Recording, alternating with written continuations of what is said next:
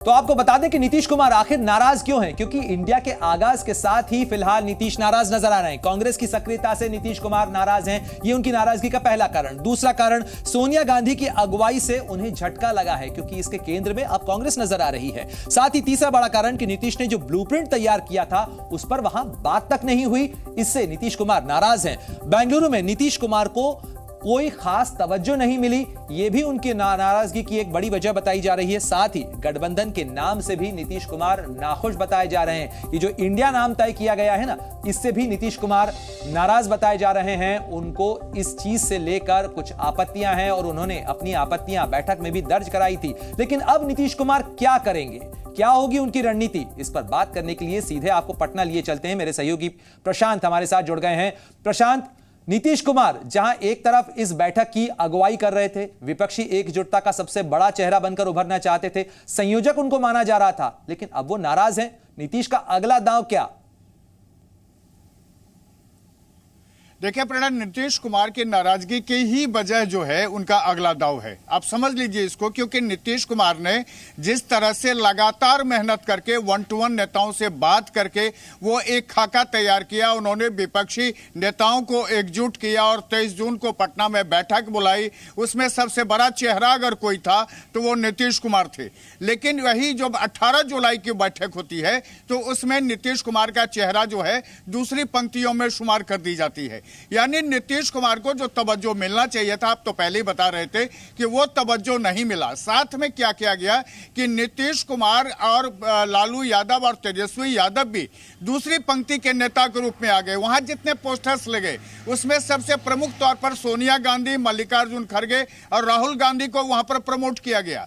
और जबकि पूरे इस विपक्षी एक सूत्र में बांधने की जो कोशिश है पिछले 1 साल से नीतीश कुमार कर रहे थे, और नीतीश कुमार की ये सोच थी, ये रणनीति थी कि इसके बहाने वो एनडीए को चुनौती देंगे और पूरे देश में एनडीए का जो नरेंद्र मोदी की लहर है उसको खत्म कर देंगे और वो एक नई लहर के रूप में आएंगे। लेकिन इसके साथ ही उन्होंने जो नाम सोचा था उस नाम की चर्चा सीपीआई के लोगों ने पहले कर दी थी, जिसका नाम पीडीए बताया जा रहा था। आपको मैं रोकना चाहूंगा, जहां एक तरफ नीतीश कुमार नाराज बताए जा रहे हैं तो वहीं कहीं ना कहीं टीएमसी जो है वो विपक्षी गठबंधन को लेकर काफी उत्साहित नजर आ रही है। इस वक्त की एक बड़ी खबर आपको बता दें, टीएमसी सांसद शताब्दी रॉय का बड़ा बयान सामने आया है। उन्होंने कहा है कि कांग्रेस पीएम पद के चेहरे के लिए अगर रेस में नहीं है तो ऐसे में हमारी मांग है कि ममता बनर्जी को प्रधानमंत्री पद का उम्मीदवार बनाया जाए।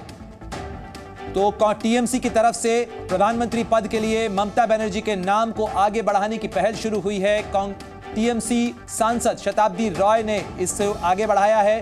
कांग्रेस अगर प्रधानमंत्री पद के चेहरे को लेकर सामने नहीं आती है, उसकी रेस में नहीं है, तो ऐसे में टीएमसी की सांसद शताब्दी रॉय ने मांग की है कि ममता बनर्जी को प्रधानमंत्री पद का उम्मीदवार बनाया जाए।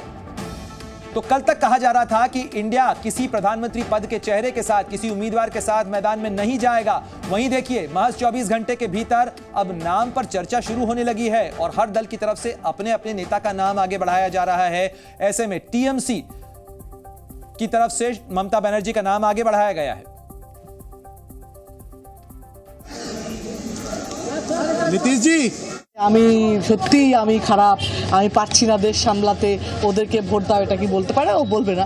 তো ও যেটা বলছে ওর বক্তব্য, কিন্তু এতগুলো মানুষ যখন একটা লোকের বিরুদ্ধে দাঁড়াচ্ছে তার মানে তাদের নিশ্চয়ই অনেক ইস্যু আছে এবং যে ইস্যুসগুলো ভারতবর্ষের মানুষের হয়ে বলছে এবং সেগুলো এরম তো না যে তেলের দাম বাড়েনি বলবো, নোটবন্দি করে ভালো হয়েছে না খারাপ হয়েছে, সব ইস্যু তো মানুষের সঙ্গে জড়িত। তাই জন্য ওরা যেটা করছে ইন্ডিয়া বলে শুরু হচ্ছে সেটা ডেফিনেটলি ভালো হবে আগামী দিন।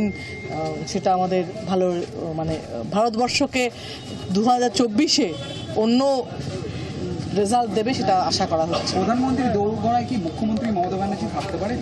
কি হবে প্রধানমন্ত্রী দৌড়ে মমতা বন্দ্যোপাধ্যায়ের নাম? আমরা চাইবই তো, আমাদের নেত্রী, আমাদের সিএম একজন বাঙালি যে হয়নি কখনো, তো আমরা তো চাইবো সেটা।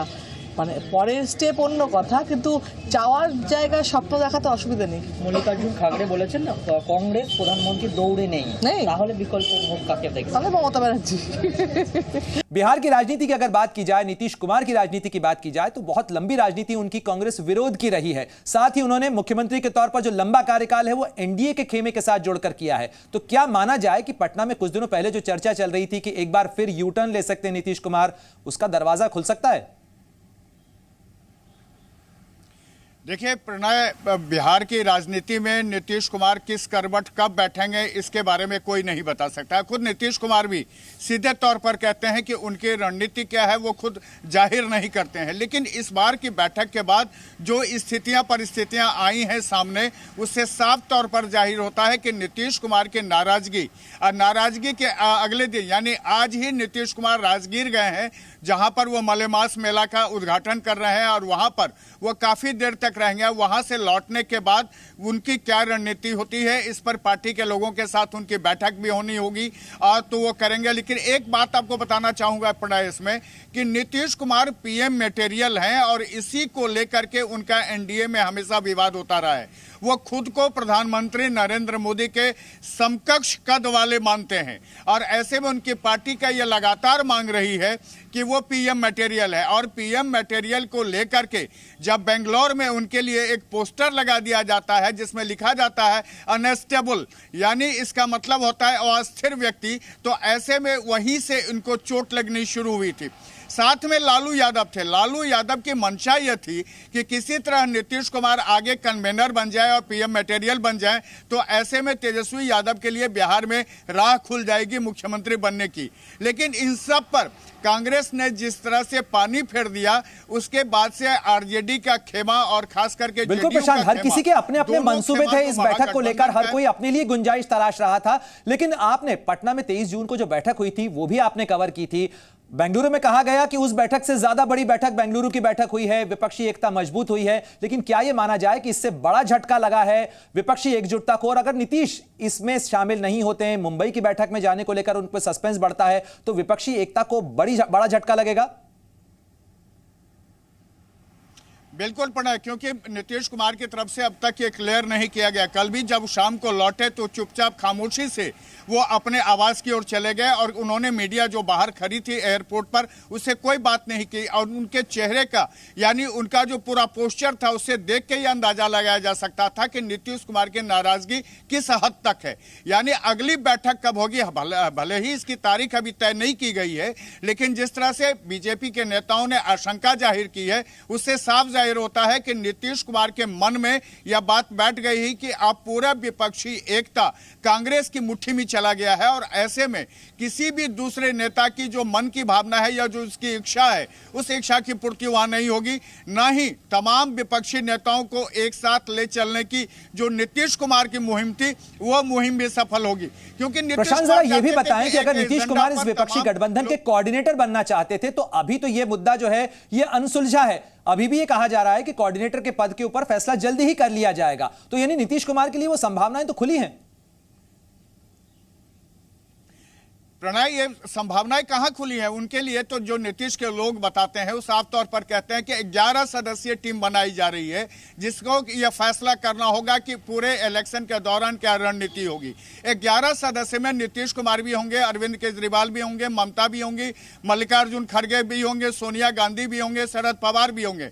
तो नीतीश जिस तरह से मेहनत किए, 1 साल से लगातार 1-to-1 लोगों से वो मिलते रहे, अपना सारा कामकाज छोड़कर वो लोगों से मिलते रहे और लोगों को इकट्ठा करते रहे ताकि उनको एनडीए के खिलाफ एक चुनौती पेश करनी थी। और इस चुनौती में उनका जो कद था नीतीश कुमार का, उस कद को जिस तरह से 18 जुलाई की बैठक में बिल्कुल निश्चित रूप से नीतीश की नाराजगी ने कहीं कहीं विपक्ष की इस एकता को बड़ा झटका दिया है। शुक्रिया तमाम जानकारी के लिए प्रशांत, आपका आप नजर बनाए रखें और विपक्ष की राजनीति का रुख क्या होगा यह बहुत हद तक नीतीश की नाराजगी तय करेगी।